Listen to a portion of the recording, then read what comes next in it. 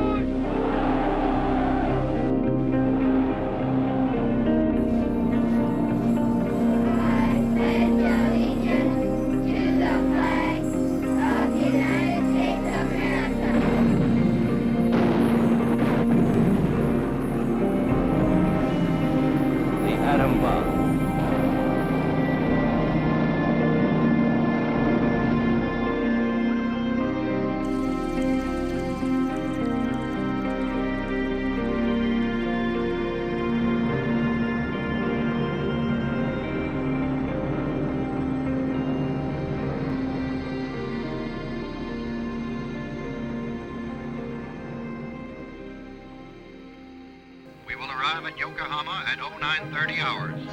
We will arrive at Yokohama at 0930 hours. Debarkation priority will be in accordance with the debarkation schedule. General Douglas MacArthur arrived at Atsugi Naval Aerodrome near Yokohama on August 30th, 1945. As he emerged from his aircraft, he paused at the top of the steps, stuck one hand in his hip pockets, tightened his jaws around his corncob pipe, and surveyed the conquered lands. This pose was repeated several times from different angles, so that all the press photographers could get a decent shot.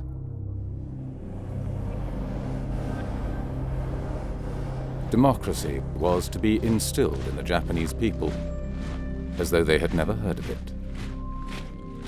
Are problems in the brain inside of the Japanese head. These brains, like our brains, can do good things or bad things, all depending on the kind of ideas that are put inside.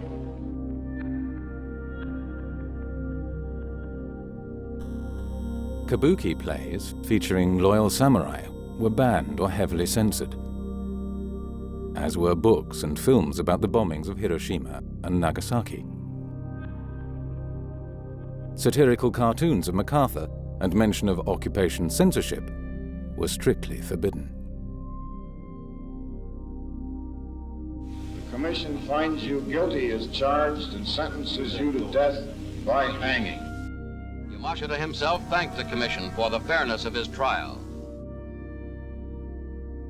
Prime Minister at the time of the war in the Pacific, General Tojo, remarked during his trial, "None of those Japanese would dare act against the Emperor's will." The cross-examination was immediately cut short, and a week later, Tojo dutifully stated that the Emperor had always loved and wanted peace. General Hideki Tojo, who assumed official responsibility for the conduct of the war and did everything possible to exonerate his emperor. MacArthur would later remark to the US Senate that in terms of modern civilization, the Japanese were like a 12-year-old boy.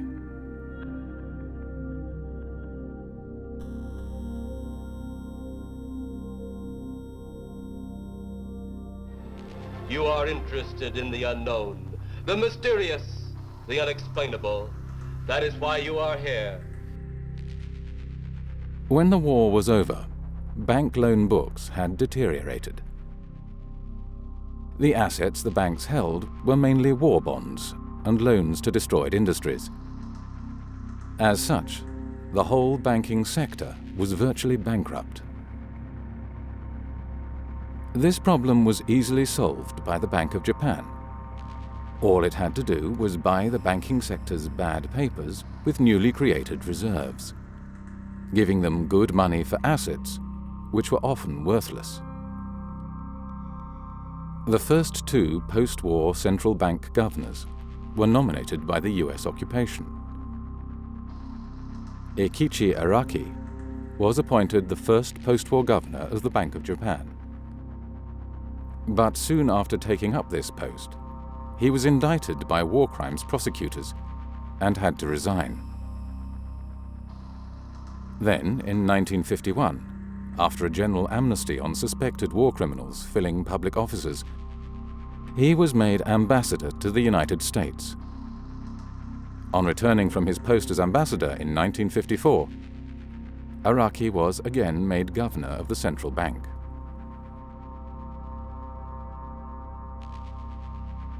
After the 1951 amnesty for war criminals, much of the Japanese wartime bureaucracy was returned to their wartime positions. This included wartime politicians and most Home Ministry bureaucrats who had been in charge of the thought police, a number of which moved to the Education Ministry. Japan is the key to the fate of the Far East. Once again, for the second time in the march of modern history, those words have urgent reality. In order to avert the kind of rural unrest that was helping the communists in China, the Americans initiated the redistribution of land from big landowners to their tenants. The capitalist elite in Japan, known as the Zaibatsu, were purged as supporters of a criminal war and prohibited from further business activity.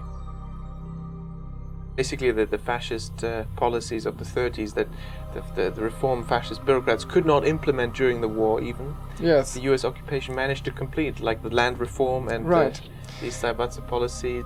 Yeah, it's a very funny encounter of Japanese wartime fascists and American New Dealers.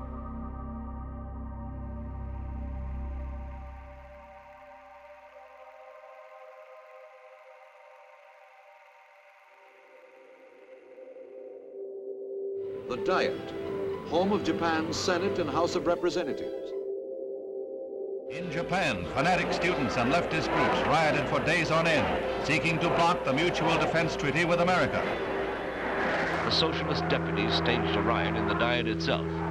The police, in restoring order, also evicted the socialists.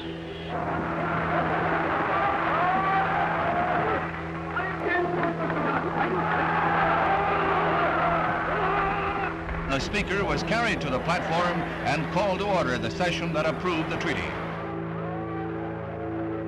In 1957, the former Class A war crime suspect, Kishi Nobusuke, became Prime Minister of Japan.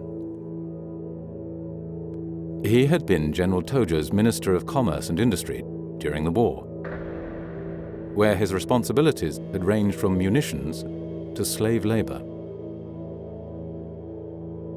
While Hitler's wartime war economy minister yes. was in Berlin Spandau prison, yes. Albert Speer, his Japanese wartime colleague was prime minister right. of yes. the country. Yeah.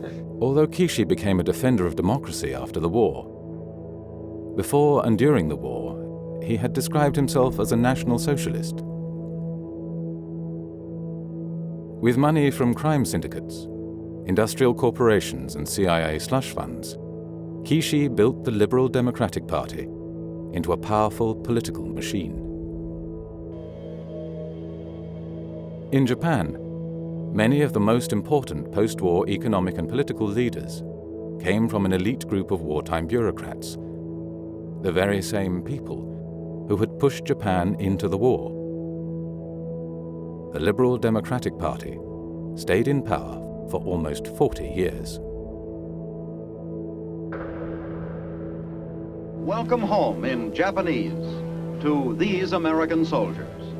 After a tour of duty in Korea, they are returning to their base in Japan, where once, a short time before, they were stationed as occupation troops. And how do they return? How are they received by the people whose land they occupy? Not as overlords, not as antagonists, not as men who are distrusted and feared and resented, but as friends.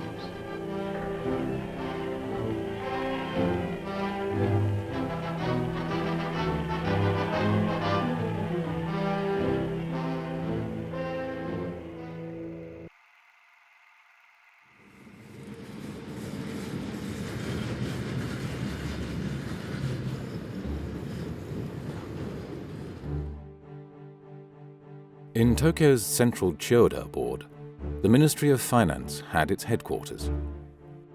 From here, the ministry controlled most aspects of economic life in Japan. The Ministry of Finance was the most powerful ministry, and the Bank of Japan had to report to the Ministry of Finance. Ministry of Finance officials elicited deep and hushed exclamations of awe and respect. And former ministry bureaucrats obtained influential posts as heads of private and public institutions. But in one area, the ministry did not have actual control, and that was the quantity of credit creation and its allocation, which was decided by the Japanese central bank, the Bank of Japan. They told the Ministry of Finance and the public and the journalists, we run monetary policy through interest rates. And they let the Ministry of Finance rein in their interest rate policies. But the rule was done through not interest rates, which is the price of money, it was done through the quantity of money.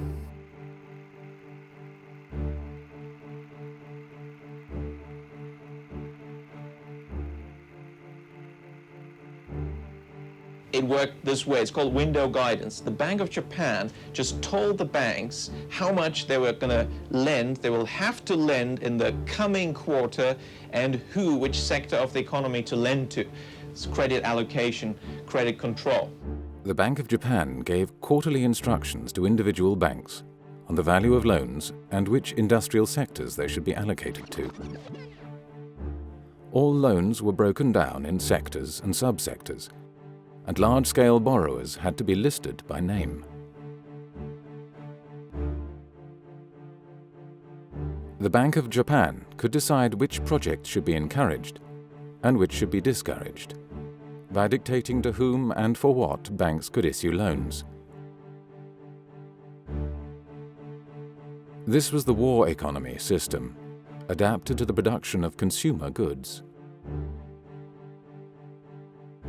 The 95 million people of Japan now enjoy a national income second only to the United States and the more prosperous nations of Western Europe.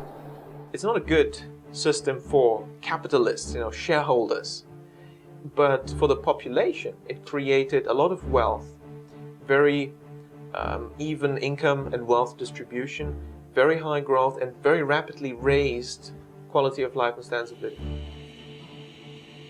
In 1959 alone, the economy expanded by 17%. But a result of the war economy system was that entire industrial sectors would compete not for profit, but for market share. Companies would fight until bankruptcy to gain market share. This phenomenon was soon recognized and called excess competition. The solution was the creation of explicit or implicit cartels. In the banking sector, window guidance acted as the cartel control mechanism, because the Bank of Japan could dictate the number and value of loans that banks issued. As a result, bank rankings never changed during the post-war era, except after mergers. According to one banker, if it were not for window guidance, we would compete until harakiri.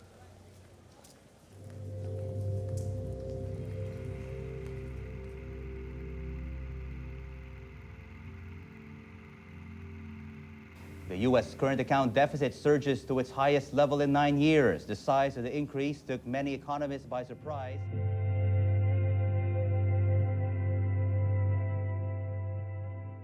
While cartels controlled competition within Japan, there were no such limits when it came to international markets. Japanese corporations soon became dominant in many markets in the world. In America, formal congressional hearings were held under the title Japanese Productivity Lessons for America. Leading economic theories indicate that only free markets can lead to success. But Japan rose within decades to become the second largest economy in the world, without relying only on the invisible hand of free markets. Japan's post-war economy was a fully mobilized war economy, with production shifted from weapons to consumer goods.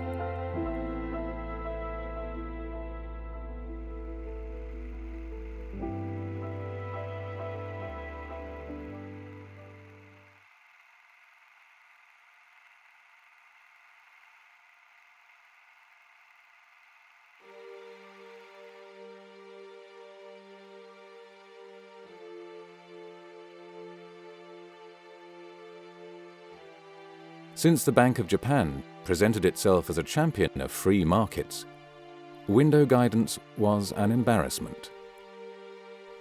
Official publications either failed to mention it or downplayed its role by calling the credit controls voluntary. Whenever the Ministry of Finance would inquire about the Bank of Japan's credit creation and allocation policy, Bank of Japan staff would engage in complex discussions, full of technical jargon, to make the process appear impenetrable to non-experts.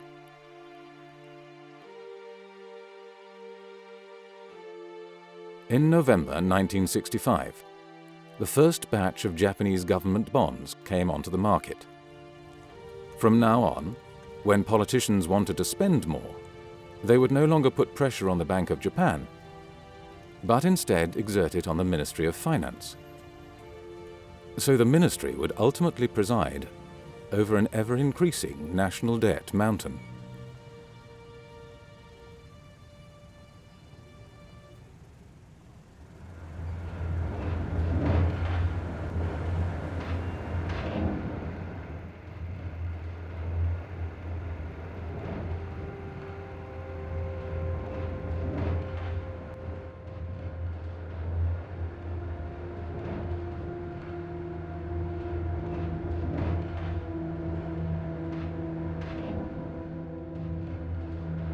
The 1980s was an era of financial deregulation in the industrialized world. Most industrialized countries lifted their restrictions on the movement of capital. In Japan, Tadashi Sasaki, a former governor of the Bank of Japan, called for a 5-year plan for the transformation and liberalization of the Japanese economy. Then, in 1986, the Advisory Group on Economic Restructuring, headed by the former Bank of Japan governor, Haruo Maekawa, proposed a 10-year economic reform plan designed to make the living standards of Japanese more comparable to those enjoyed in the West.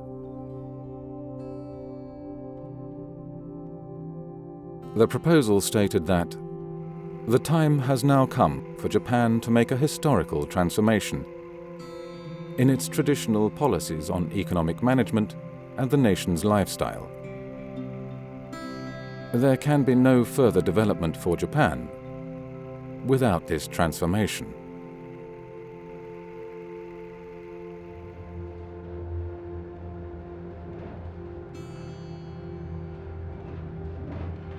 The report read like a wish list by US trade negotiators.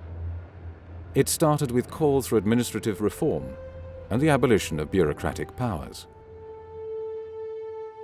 The goal was the transformation of the entire body politic, the abolition of the war economy system, and the introduction of a US-style free market economy.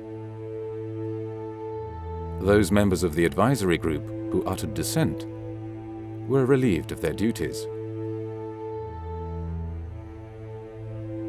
Reports in the press were highly critical. Observers recognized the radical nature of the plan. It seemed far too ambitious. It was calling for a wholesale revolution of all parts of the Japanese economic, political, and social system.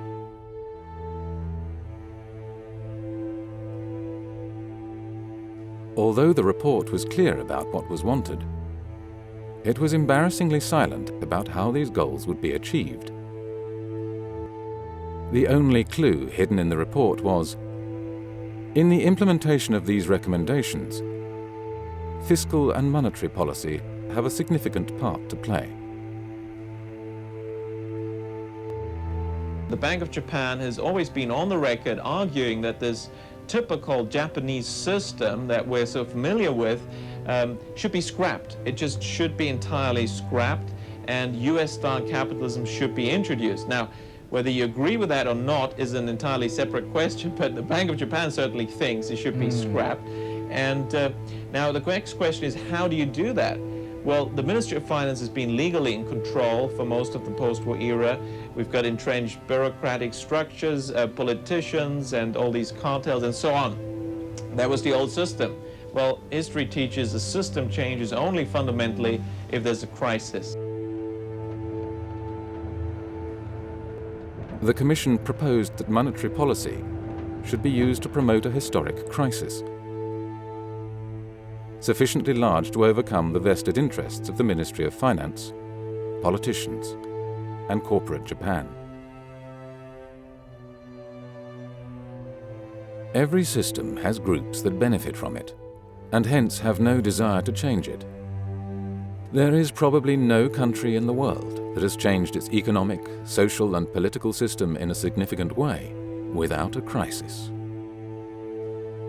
It is the crisis that convinces citizens and interest groups of the need for change. Well, and how can you achieve this? Well, you need a crisis. And the best way to create it is to have a bubble, because that's how nobody stops you.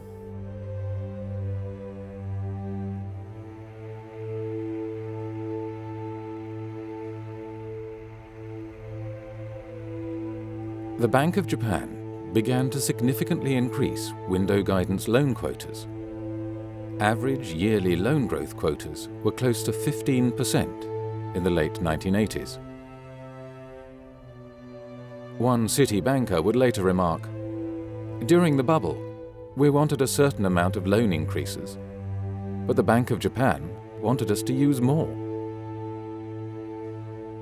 当時は20代とか30代でそんなに年収300万ぐらいでも銀行がお金を貸してくれる、どんどん貸してくれるっていうそういう時だったから、すごい若いのにマンション2個も3個も持ってる人とかいっぱいいた。The credit boom caused not only a boom in real estate, but also in the stock market. Between 1985 and 1989, stocks rose 240%, and land prices 245%. By the end of the 80s, the value of the garden surrounding the Imperial Palace in central Tokyo was worth as much as the entire state of California.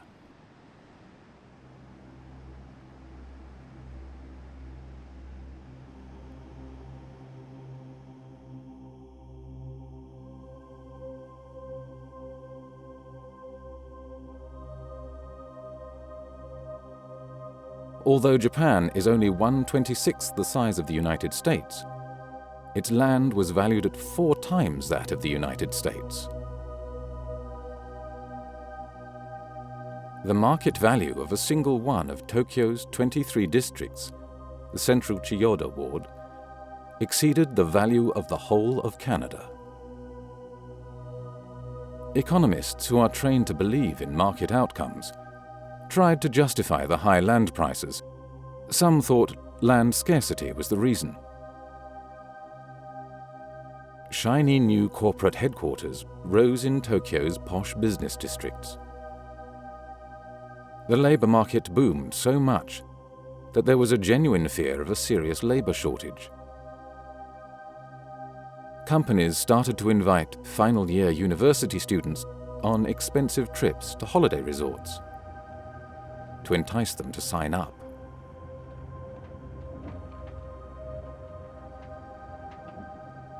The politicians loved it. The Ministry of Finance loved it. We had a boom, tax revenues going up.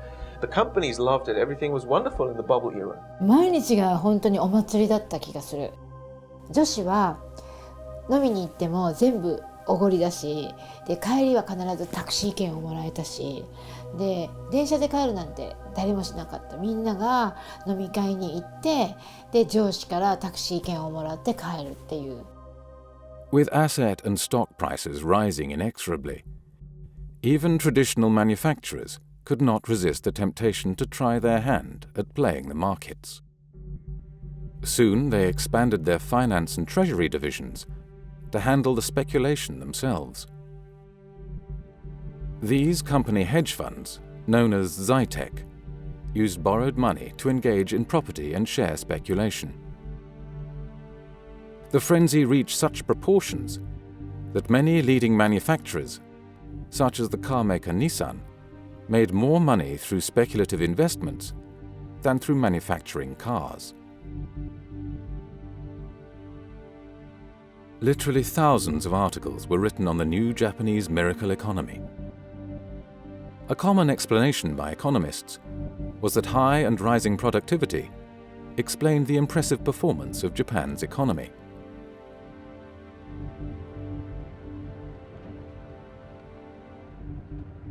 Books on Japanese management techniques became international bestsellers.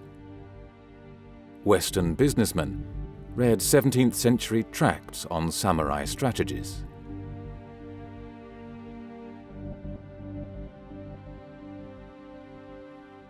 In reality, Japan's stellar performance in the 1980s had little to do with management techniques.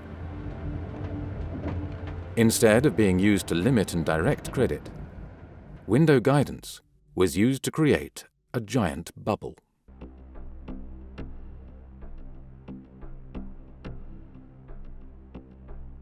I conducted research actually interviewing Bank of Japan officers and bankers, both sides, on on tape. The result was the Bank of Japan did continue its informal guidance. In fact, it was the Bank of Japan that forced the banks to increase their lending so much.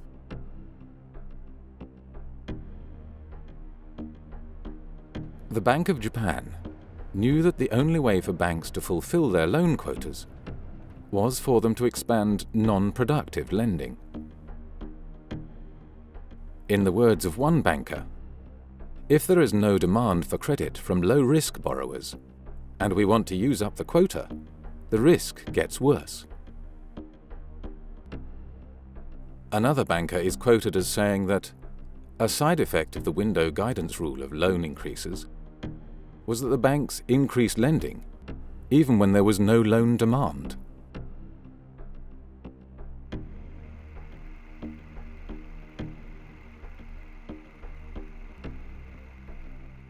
Like all bubbles, the Japanese bubble was simply fueled by the rapid creation of new money by the banking system.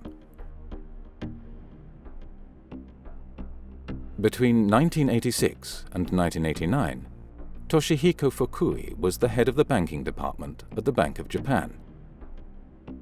This was the department that was responsible for the window guidance quotas.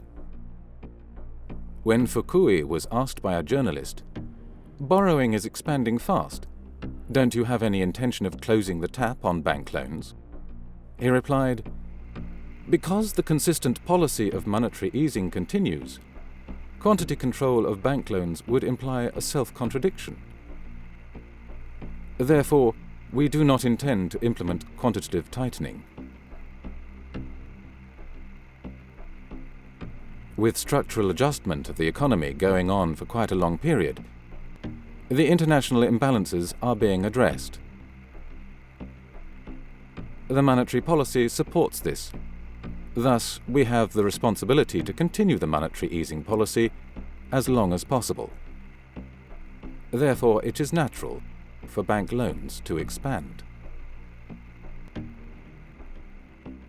Why were the banks lending so much? Well, they were lending so much because they were forced to do so by the orders of the Bank of Japan.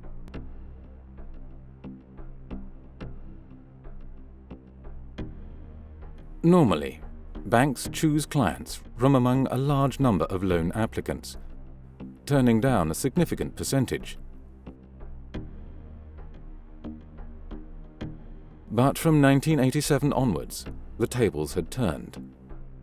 It was the bankers who were aggressively pursuing potential customers. Anecdotes abound about how the banks were soliciting loans at bargain interest rates, pursuing clients like street peddlers. とにかく本当に銀行がすごくお金を借りてくださいっていう感じだったから、例えばその結婚するからマンションを買うで、その自分たちの予算組みをした時にそれのその1000万ぐらい上乗せして大丈夫って、それでも返せるから。 Bankers made increasingly exaggerated assessments of land value, so that the actual ratio of land value to loan often jumped to 300% or more. To the public, this was a strange phenomenon. People soon dubbed it excess money. Only economists, analysts, and those working in the financial markets or for real estate firms knew better. They dismissed such simplistic analysis. Land prices were going up due to far more complicated reasons than just excess money, they claimed. Ordinary people simply did not understand the intricacies of advanced financial technology.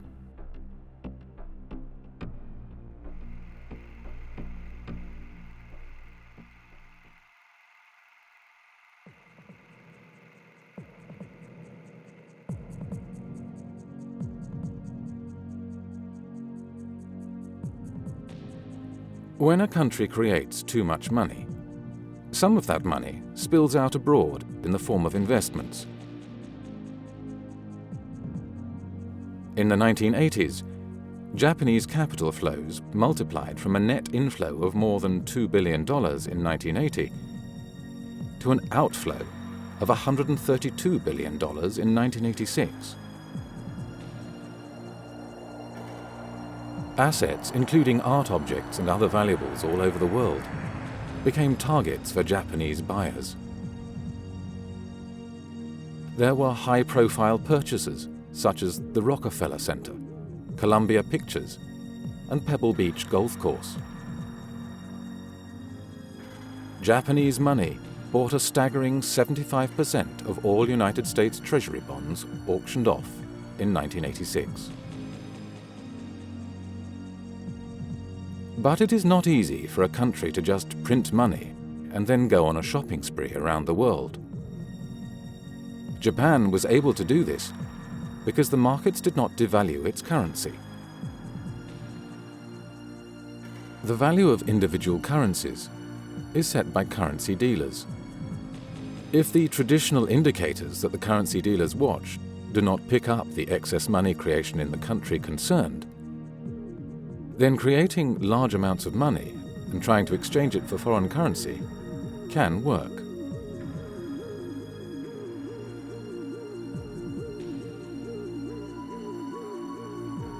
Japan had pulled off the same trick that the United States had used in the 1950s and 1960s, when US banks excessively created dollars. Corporate America used this hot money to buy up European corporations, while the United States had the cover of the dollar gold standard.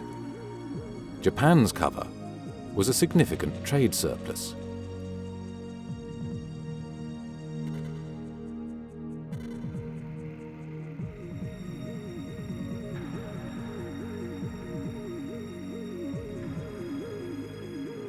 An early warning indicator of the build-up of systemic risk in the banking system is a ratio of loans for non-GDP-based transactions to total loans. This ratio increases significantly in most countries that are subsequently struck by a banking crisis.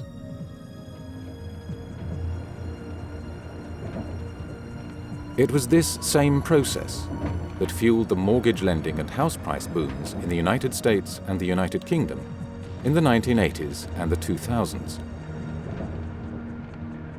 The same process also created the Golden 20s, In the 1920s, United States banks lent with stocks as collateral. The principle remains the same. As each bank took the stock price as a given, it created new money. With more money in the stock market, stock prices had to rise.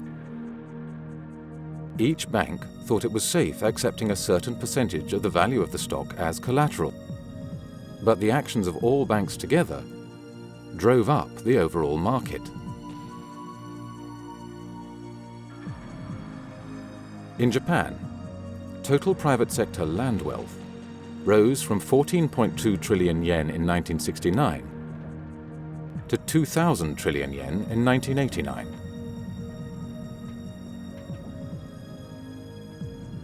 At his first press conference as the 26th governor of the Bank of Japan in 1989, Yasushi Mieno said that since the previous policy of monetary easing had caused the land price rise problems, real estate-related lending would now be restricted. He looked around, looked at the bubble, asset prices rising, the gap between rich and poor is getting bigger. Let's stop it. His name was Mr. Mieno, and he was a hero in the press because he fought against this silly monetary policy. Well, the fact was, he was deputy governor during the bubble era, and he was in charge of creating the bubble.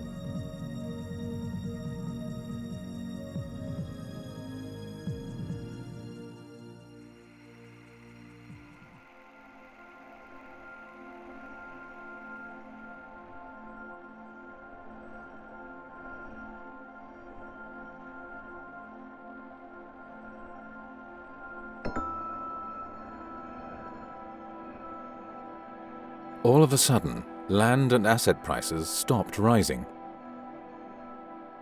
In 1990 alone, the stock market dropped by 32%. Then, in July 1991, window guidance was abolished. This took the window guidance officers at the Bank of Japan themselves by surprise. Bankers were left almost helpless. They complained that they did not know how to make their lending plans anymore. In the past, when a certain branch had said they would like to lend more, they would respond that the window guidance quota had been used up. Now they couldn't do that anymore. As banks began to realize that the majority of the 99 trillion yen in bubble loans were likely to turn sour, they became so fearful that they not only stopped lending to speculators, but also restricted loans to everyone else. Well, it's a bleak Christmas ahead for Japan. The stock market on Monday sinking to its lowest close in over 2 years. Last week's collapse of one of Japan's biggest food traders was the 9th time this year that a listed company went under. More than 5 million Japanese lost their jobs and did not find employment elsewhere.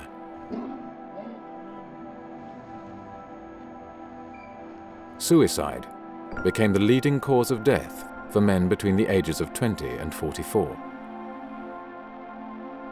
毎日って言っても過言ではないぐらい首吊りしたりとかいなくなっちゃったりとかそういう記事は、新聞紙面には流れましたね。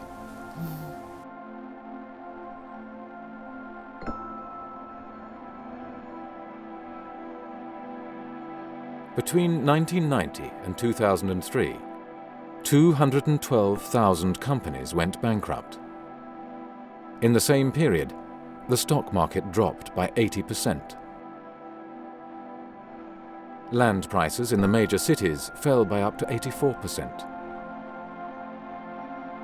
Some economists seemed relieved. The downturn was evidence that Japan's economic system was not so successful after all. Meanwhile, the governor of the Bank of Japan, Yasushi Mieno, said that, thanks to this recession, everyone is becoming conscious of the need to implement economic transformation.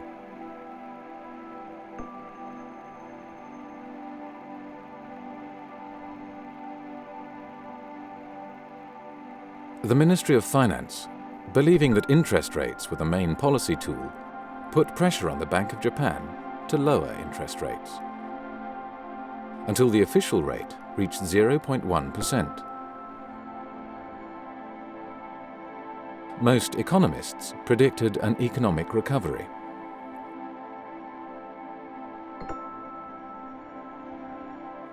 But despite frequent assertions in the financial press and by central banks that lower interest rates will stimulate growth and higher interest rates will slow growth, there is no empirical evidence for this relationship.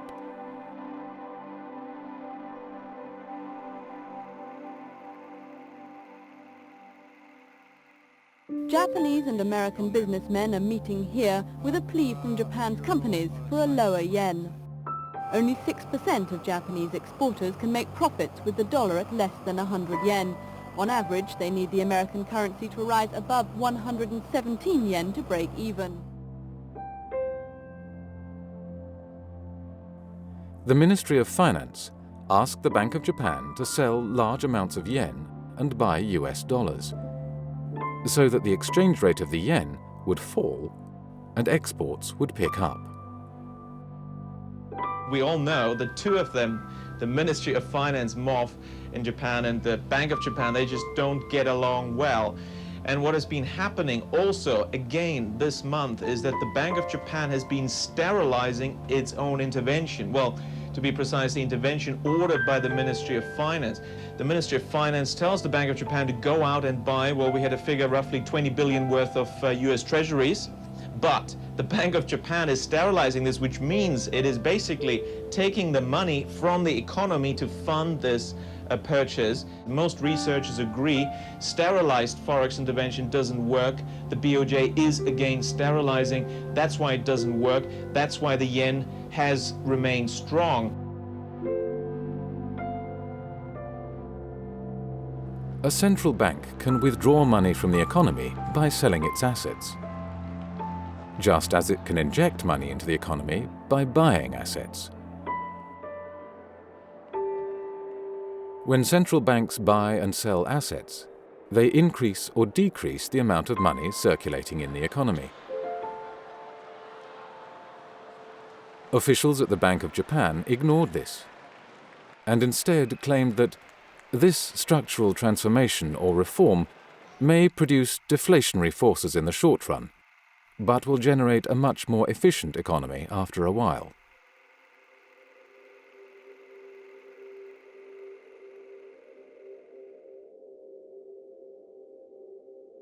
Independent observers suggested that domestic demand had to be boosted by government spending, and then loan demand would also rise. For a decade, the government followed their advice, boosting government debt to historic levels. Between 1992 and 2002, 10 stimulation packages worth 146 trillion yen were issued. Mr. Richard Werner is chief economist at Jardine Fleming Securities in Tokyo. He joins us now to share his views on where the Japanese economy is heading. Mr. Werner, good evening to you. Thank you for joining us. The government was spending with the right hand, putting money into the economy, but the fundraising was done through the bond market, and therefore it took the same money out of the economy with the left hand. There was no increase in total purchasing power, and that's why the government spending couldn't have an impact. By 2011, Japan's government debt would reach 230% of GDP, the highest in the world.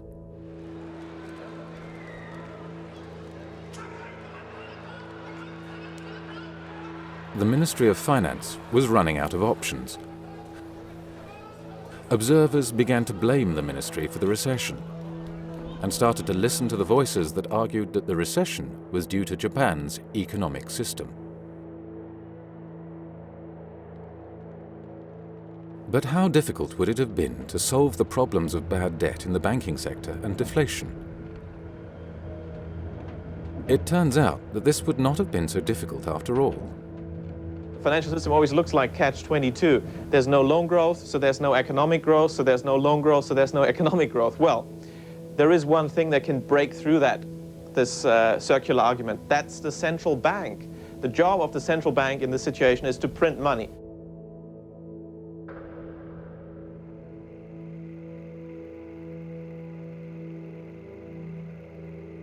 What we need now is more radical measures, and there are some painful ones, but there are also painless ones. The central bank could, for example, just buy all bad debts. At face value, Japan would have the strongest banks in the world. To bail out the banking sector, a central bank can buy up the bank's bad financial assets with newly created money, giving them face value for assets, which are often worth significantly less. This is what the Bank of Japan did after the war. Alternatively, money could be transferred to the banks by helping them make sizable profits. One way this can be achieved is for the central bank to corner a market, in effect, creating a mini-bubble in a certain market in which banks invest heavily, providing large profits for them. This turns out to be a relatively common technique by central banks to help their banking systems.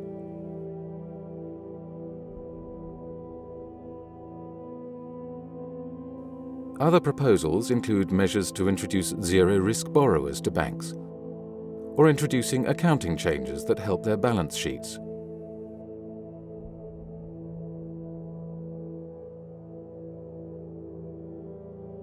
In Japan, the authorities and the Bank of Japan argued, as did the Western powers almost 2 decades later, that the taxpayer should foot the bill. In March last year, as you may remember, the government injected a large amount of money into some 15 major Japanese financial institutions, and we were one of them. Yeah. That helped us write off bad debts and also to beef up our capital base so that we would be prepared to lend. Tax money has been used to recapitalize banks. However, there is no evidence that taxpayers have been responsible for the bank's problems. Therefore, such policies have likely created a moral hazard.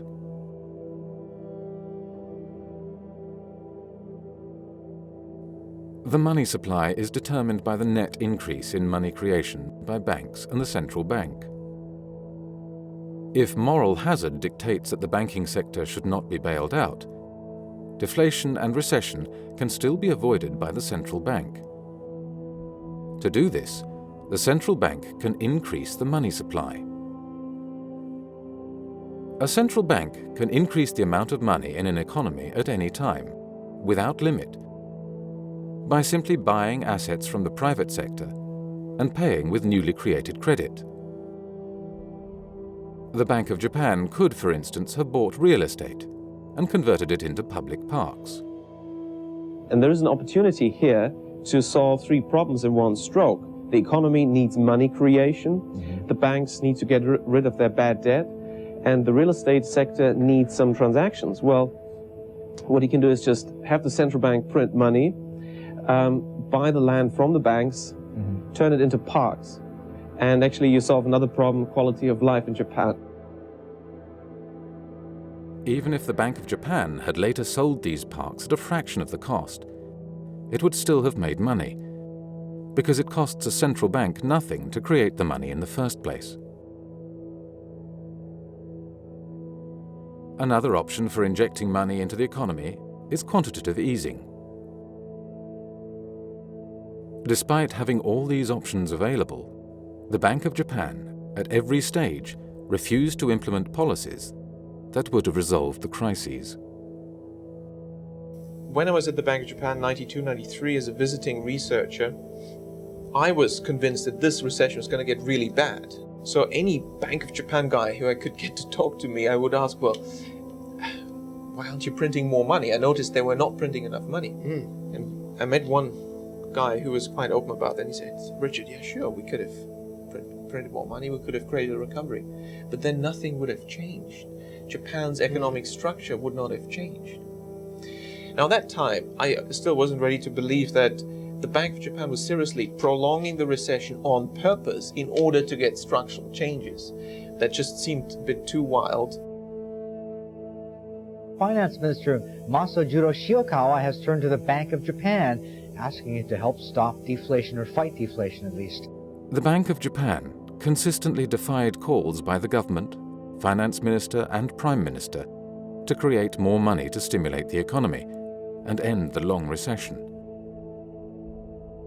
At times, the Bank of Japan even actively reduced the amount of money circulating in the economy, which worsened the recession.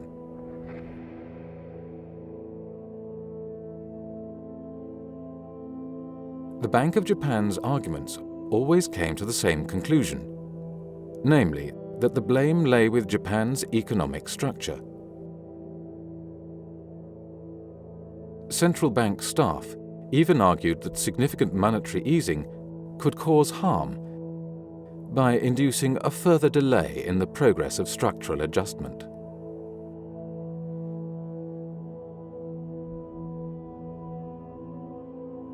The early post-war Japanese leaders knew that they were running a war economy, but they chose not to talk for political reasons. The Cold War propaganda message was that post-war Japan had adopted a US-style political and economic system. Unwilling to tell the truth, the early post-war leaders took their intimate knowledge about the origins of Japan's miracle economy with them to their grave. A generation of bureaucrats and politicians reigned in the 1980s and 1990s who did not understand the true character and purpose of their own country's economy. A whole generation of Japan's economists had been sent to the United States to receive PhDs and MBAs in US-style economics. Since neoclassical economics assumes that there is only one type of economic system, namely unmitigated free markets, where shareholders and central bankers rule supreme, many Japanese economists quickly came to regurgitate the arguments of US economists.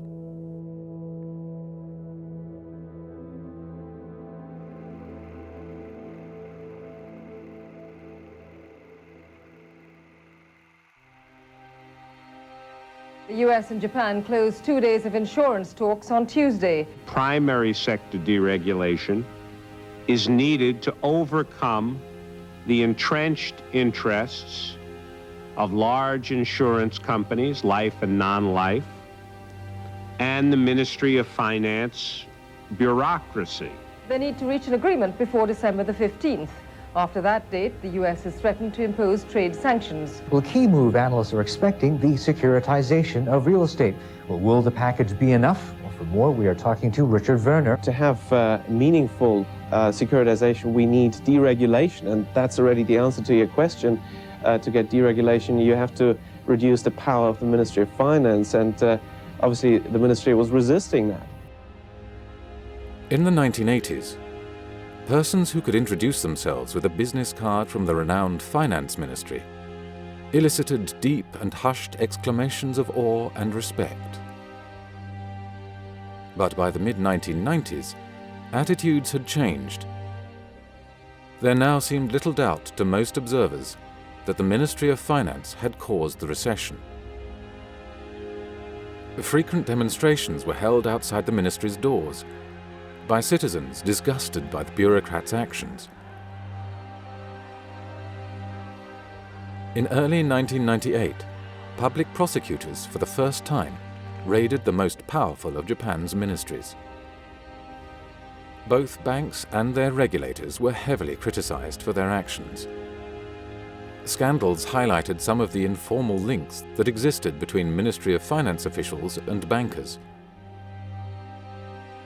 Many bank staff and even some ministry officials were arrested and imprisoned, and several committed suicide.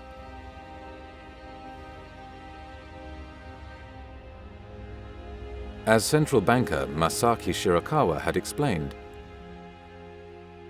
it is not easy to change the institutional framework and promote structural reform, since it necessarily involves the vested interests of all the related individual economic agents.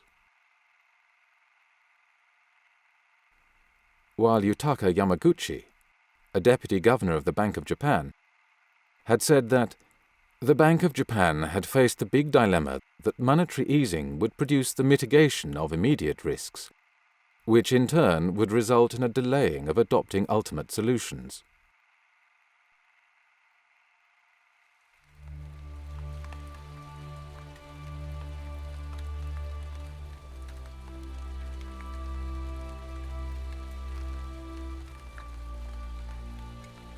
From the mid-1990s onwards, the government began to dismantle much of the power structure of the Ministry of Finance. The Bank of Japan, on the other hand, saw its influence grow significantly. You have written just recently, there's no doubt in your mind, the central bank, the Bank of Japan, will be cut loose from the Ministry of Finance and become pretty much independent, putting it on a footing with other central banks. Briefly, why are you so sure? Basically, the Ministry of Finance, which had been controlling, legally at least, the Bank of Japan, I mean that's what the law says, has lost all credibility. The Ministry of Finance is being blamed for the creation of the bubble, for the long recession, and for many other problems which we had recently in Japan. Whereas the Bank of Japan has been out of the spotlight of public criticism, and it's using that now to say, well, the MOF has been bad, we need independence now. Richard, thanks very much. I have been speaking to Richard Werner, Chief Economist at Jardine Fleming Securities in Tokyo. Soon after his retirement from the position of Governor of the Bank of Japan in 1994, Mieno embarked on a campaign, giving speeches to various associations and interest groups. He lobbied for a change in the Bank of Japan law. His line of argument was to subtly suggest that the Ministry of Finance had pushed the Bank of Japan into the wrong policies. To avoid such problems in the future, the Bank of Japan needed to be given full legal independence. According to Mieno, making central banks independent reflected the human wisdom that had been nurtured by history. In 1998, monetary policy was put into the hands of the newly independent Bank of Japan. So you're saying that politicians as well as economists should be putting more pressure towards the Bank of Japan in order to create more money, but a lot of critics are going to say that that is intervening into the central bank's independence. What do you make of that? I think that's exactly right. That is intervening in the central bank's independence, and that's exactly what we need.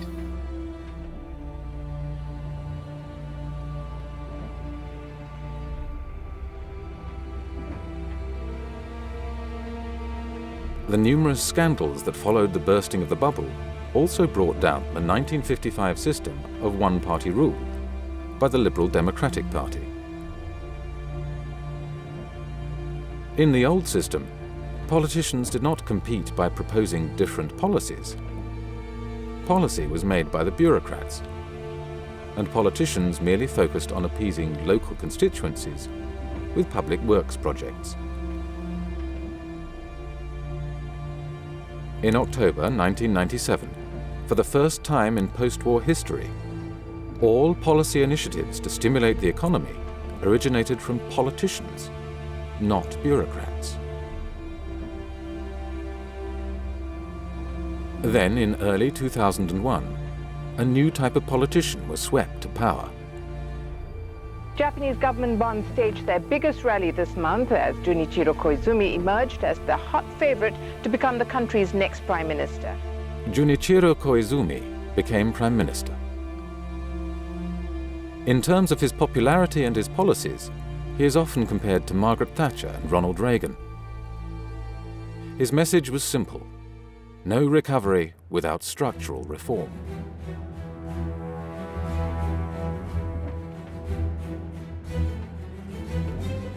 At the Geneva summit in July 2001, he said, "Some say recovery comes first, without reforms. But if the economy recovers, the will to reform will disappear. Therefore, after the elections, I will continue with the plan of no growth without structural reform." During 2001, the message of no economic growth without structural reform had been broadcast on an almost daily basis on the nation's TV screens. 先週開かれた G7 でも先月の日米首脳会談でも外国から要求されるのは日本の構造改革。確かにお隣韓国では経済危機のどん底で財閥解体などに取り組み、今や経済は急回復。だが韓国よりはるかに巨大で影響の大きい経済大国日本の構造改革はまだこれからだ。 Now everyone believes we need structural changes. We need to scrap Japanese-style capitalism to get a recovery. Why? It seems we tried all the policies. It seems we've tried everything, nothing works, so the system itself, the Japanese-style economic system, must be to blame, so we better get rid of it.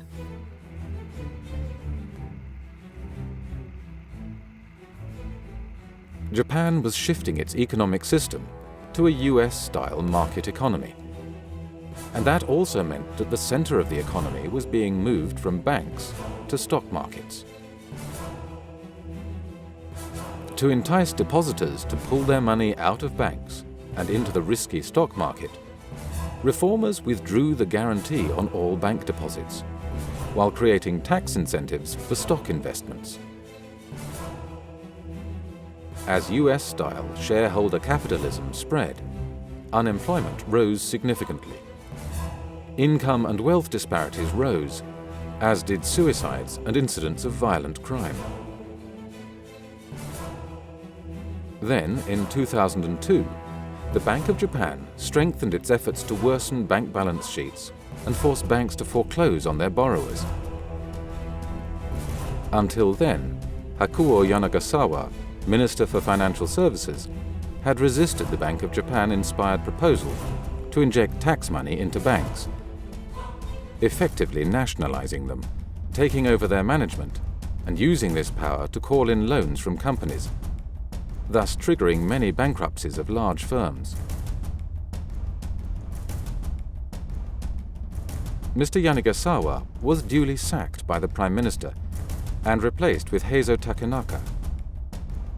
Takenaka was a supporter of the Bank of Japan's plan to increase foreclosures of borrowers. Minister Takenaka was trying to implement a policy to actually dramatically weaken the balance sheets of the banks in order to give him a free hand and allow him to nationalize them. Takenaka appointed a task force to oversee the banking policies, which included 2 former Bank of Japan staff. One of them, Takeshi Kimura, immediately demanded that accounting changes be implemented which would worsen bank balance sheets and render nationalization unavoidable.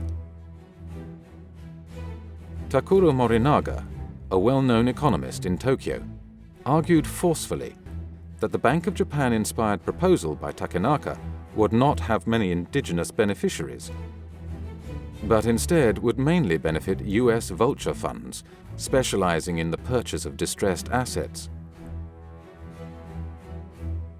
These vulture funds had faced the difficulty that despite over 200,000 bankruptcies, few firms sufficiently large for the vulture funds to be interested were bankrupted.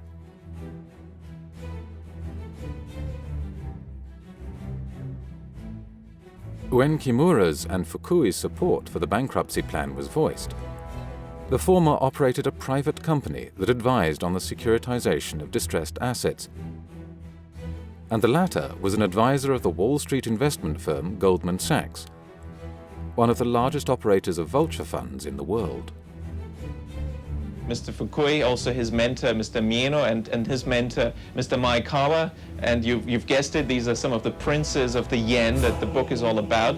They have said on the record in the 80s and also throughout the 90s, what is the goal of monetary policy? It is to change the economic structure. Now, how do you do that? Well, you need a crisis, and that's really what they've done. They've created a crisis to change the economic structure. Richard, we're just out of time. I have to cut you off. Thank you so much, and we apologize. 当時はですね、3ヶ月に一度ですね、要はどれぐらい貸出額を増やすかということを各銀行が割り当てられたわけですね。で、窓口指導については、例えば A 銀行がいくら、B 銀行がいくらということで、これはもう明らかに命令といいましょうか、お宅の銀行はこれだけ増やせとというふうなことを言われるわけですね。バブルの原因は窓口指導なんですね。で、窓口指導は日銀が独立的に決めたものなんですね。The department responsible for the window guidance quotas at the Bank of Japan was called the Banking Department. And who was in charge of this? The man at the head of this banking department inside the Bank of Japan during the bubble from 86 to 89 was Toshihiko Fukui. Mr. Fukui, the current governor of the Bank of Japan, he's the man who created the bubble. When Fukui had become governor of the Bank of Japan, he would say, "While destroying the high-growth model, I am building a model that suits the new era." They have succeeded on all counts. If you look at the list of their goals, and it was more than a wish list, it was more or less a plan that they mapped out. They wanted to achieve. They've reached all those goals. Destroy the Ministry of Finance, break it up, get an independent financial supervisory agency, reach independence for the Bank of Japan itself by changing the Bank of Japan law, and engineer deep structural changes in the economy. By shifting from manufacturing to services, opening up, deregulating, liberalizing, privatizing, the whole lot. In the 1920s, Japan's economy in many ways resembled today's US economy. With fierce competition, aggressive hiring and firing, takeover battles between large corporations, few bureaucratic controls, strong shareholders that demanded high dividends, and corporate funding from the markets, not banks. Yet throughout the post-war era, Japan's economy had been the opposite. Highly regulated, with cartels limiting competition, bank financing and cross-shareholdings reducing shareholder power, no takeovers, and a frozen labour market with lifetime employment and seniority pay. It was claimed that to end the recession and improve performance, Japan must shift from welfare capitalism back to shareholder capitalism. Yet it remains unclear why a country that had run a consistent and significant balance of trade surplus would need to change its economic system to become more competitive.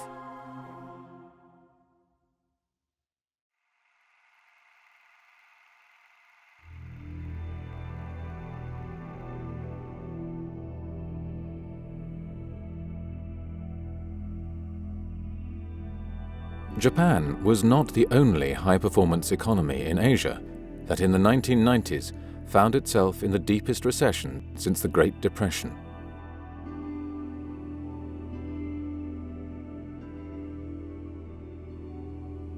In 1997, the currencies of the Southeast Asian tiger economies could not maintain a fixed exchange rate with the US dollar. They collapsed by between 60 and 80% within a year. The causes for this crash went as far back as 1993. In that year, the Asian tiger economies, South Korea, Thailand and Indonesia, implemented a policy of aggressive deregulation of the capital account and the establishment of international banking facilities, which enabled the corporate and banking sectors to borrow liberally from abroad.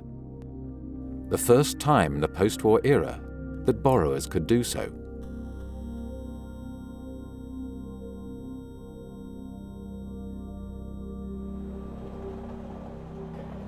In reality, there was no need for the Asian tiger economies to borrow money from abroad. All the money necessary for domestic investment could be created at home. Indeed, the pressure to liberalize capital flows came from outside. Since the early 1990s, the IMF, the World Trade Organization, and the US Treasury had been lobbying these countries to allow domestic firms to borrow from abroad. They argued that neoclassical economics had proven that free markets and free capital movement increased economic growth. Once the capital accounts had been deregulated, the central banks set about creating irresistible incentives for domestic firms to borrow from abroad. By making it more expensive to borrow in their own domestic currencies than it was to borrow in US dollars. Domestic local interest rates were higher than the US dollar interest rate. Okay, and the exchange rate was virtually fixed. It was the government and the central bank that said, we will maintain the exchange rate. That's right. That's right. Central banks of Thailand and other East Asian countries resisted exchange rate adjustment, and they tried to send the signal that they would protect the exchange rate. The central banks emphasized in their public statements that they would maintain fixed exchange rates with the US dollar, so that borrowers did not have to worry about paying back more in their domestic currencies than they had originally borrowed. When I went to Thailand, I was actually on an ADB mission as an outside consultant. I went straight to the Bank of Thailand and asked them, were there any informal credit guidance schemes? And they were surprised that I asked this question, because of my study of Japan, I thought perhaps there's something similar. And they told me, it was a young staff who perhaps wasn't aware of the politics involved. He said, yeah, we have this credit planning scheme. Banks were ordered to increase lending, but they were faced with less loan demand from the productive sectors of the economy, because these firms had been given incentives to borrow from abroad instead. They therefore had to resort to increasing their lending to higher-risk borrowers.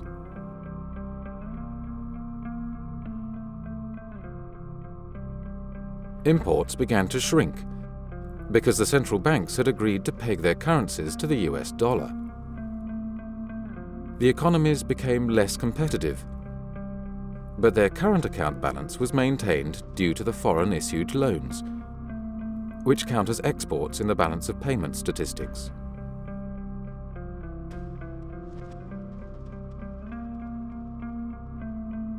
When speculators began to sell the Thai baht, the Korean won, and the Indonesian rupee, the respective central banks responded with futile attempts to maintain the peg until they had squandered virtually all of their foreign exchange reserves.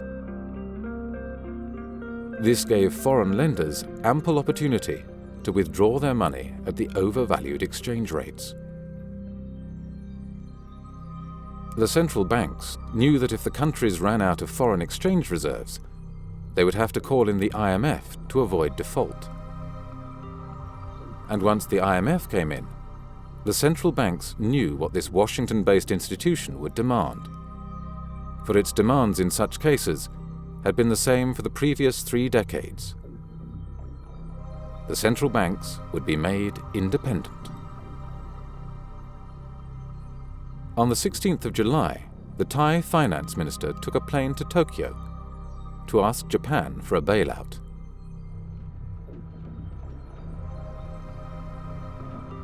At the time, Japan had $213 billion in foreign exchange reserves, more than the total resources of the IMF. They were willing to help, but Washington stopped Japan's initiative. Any solution to the emerging Asian crisis had to come from Washington via the IMF.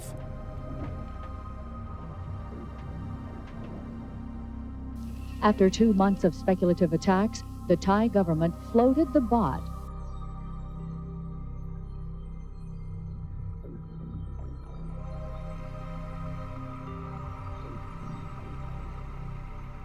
Well, the International Monetary Fund to date has promised almost $120 billion to the embattled economies of Thailand, Indonesia, and South Korea. Immediately after arrival in the crisis-stricken countries, the IMF teams set up offices inside the central banks, from where they dictated what amounted to terms of surrender. The IMF demanded a string of policies, including curbs on central bank and bank credit creation, major legal changes, and sharp rises in interest rates. As interest rates rose, high-risk borrowers began to default on their loans. Burdened with large amounts of bad debts, the banking systems of Thailand, Korea, and Indonesia were virtually bankrupt. Even otherwise healthy firms started to suffer from the widening credit crunch. Corporate bankruptcies soared. Unemployment rose to the highest level since the 1930s.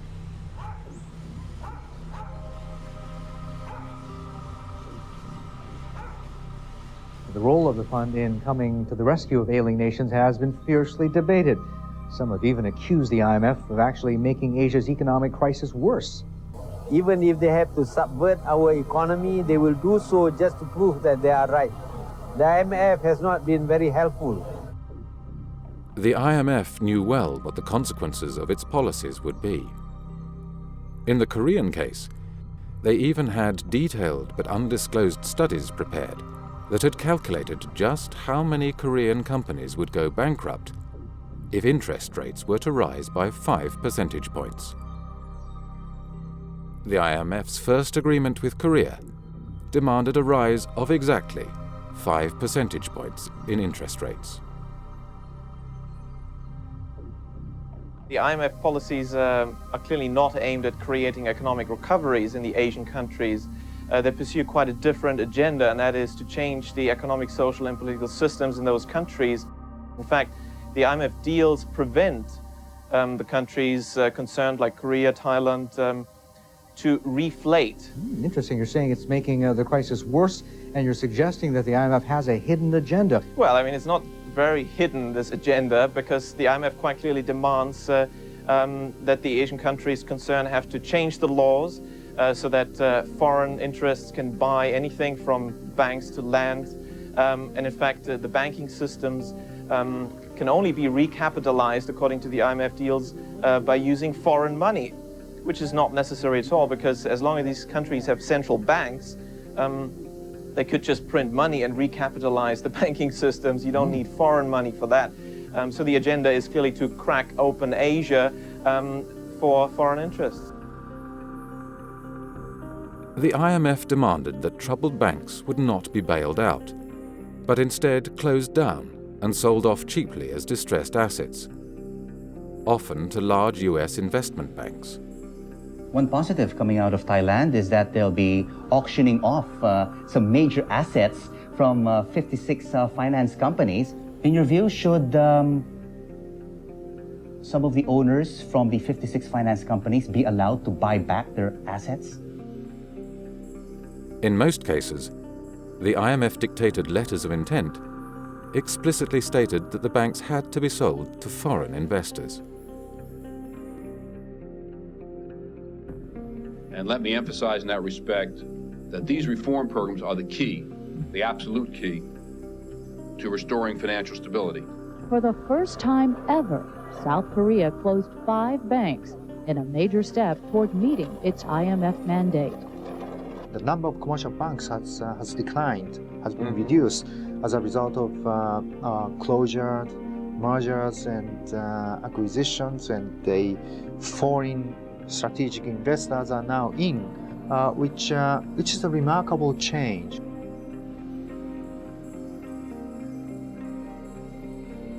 In Asia, government-organized bailouts to keep ailing financial institutions alive were not allowed. But when a similar crisis struck back home in America a year later, the very same institutions reacted differently.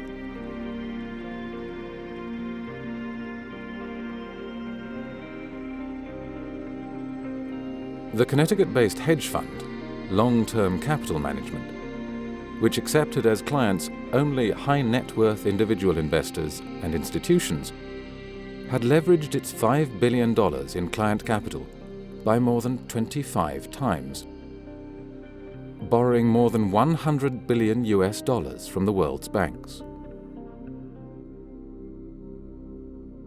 When its losses threatened to undermine the banks that had lent to it, with the possibility of a systemic banking crisis that would endanger the US financial system and economy, the Federal Reserve organized a cartel-like bailout by leaning on Wall Street and international banks to contribute funds so that it could avoid default.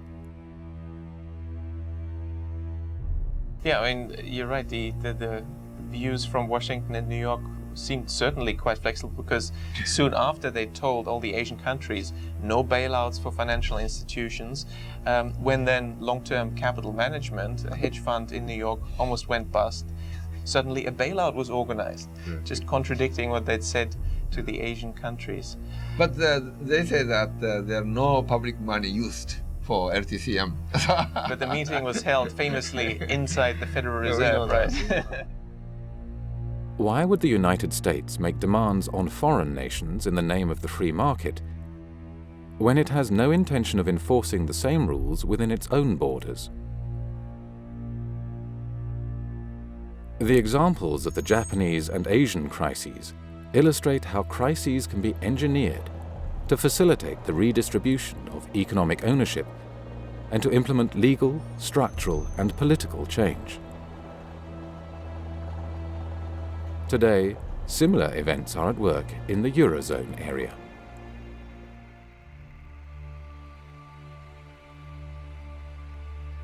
Countries within the euro currency bloc have forfeited their right to a national currency and handed this power to the European Central Bank.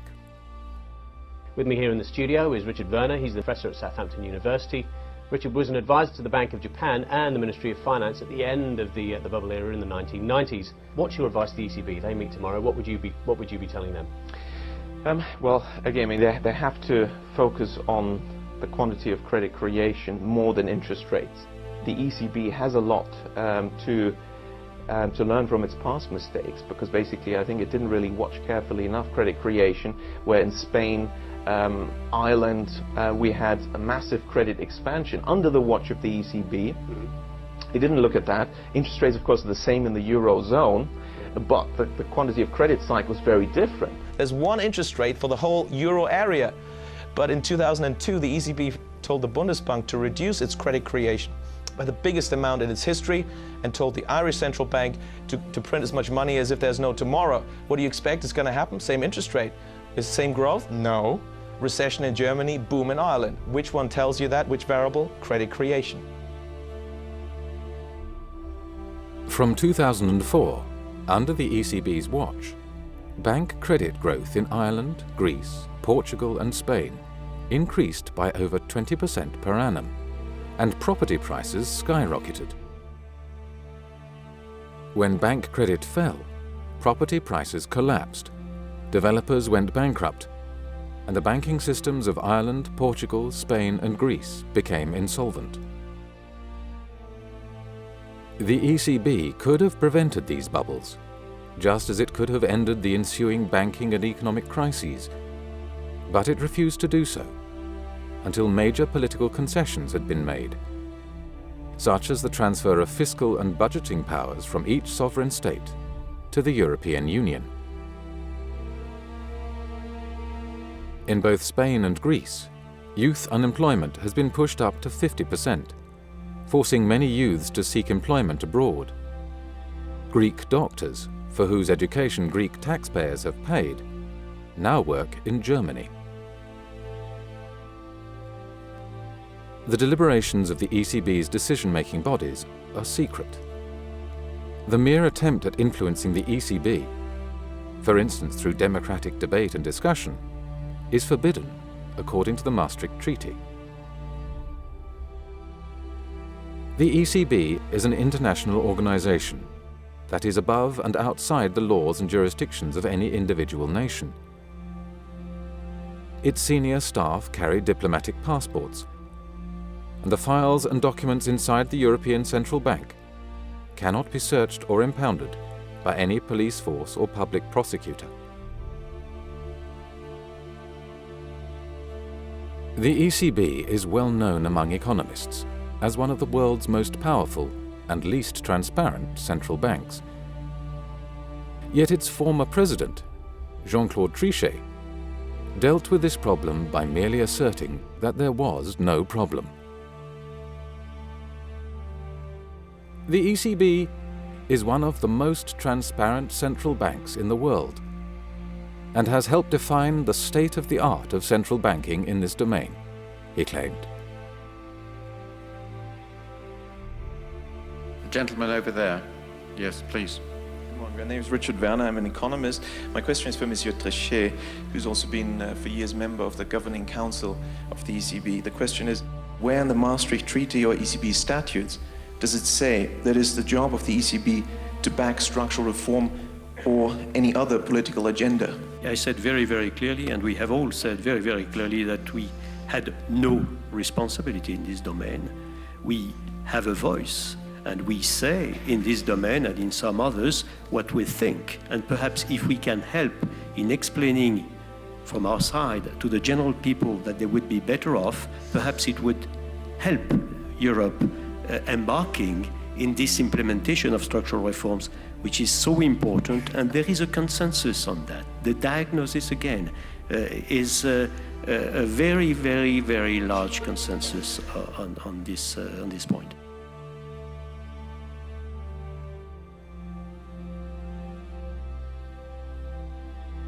The European Commission, an unelected group whose aim is to build a United States of Europe with all the trappings of a unified state, has an interest in weakening individual governments and the influence of the democratic parliaments of Europe.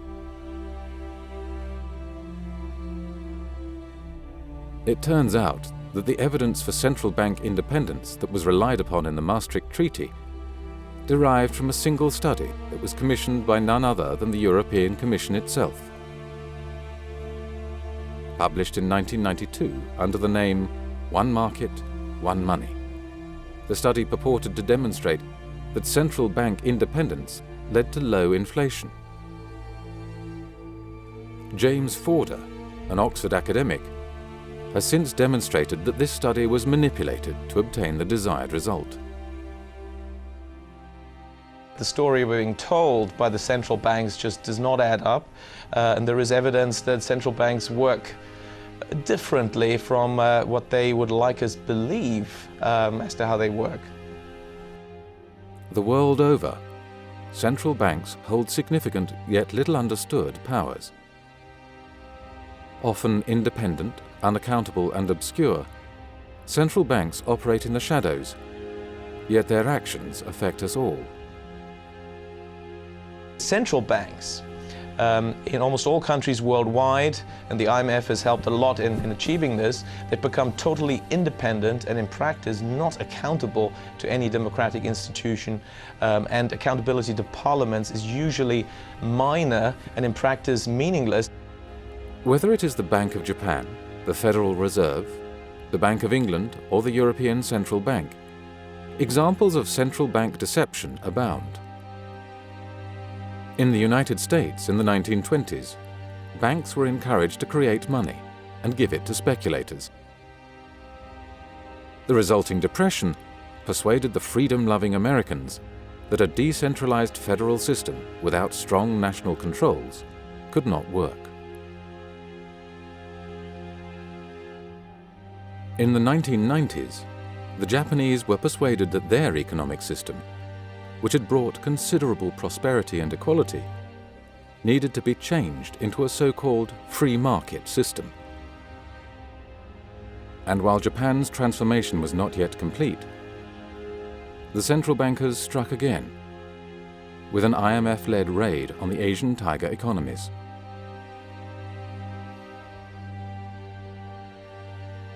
The present European debt crisis is yet another example of central bank deception.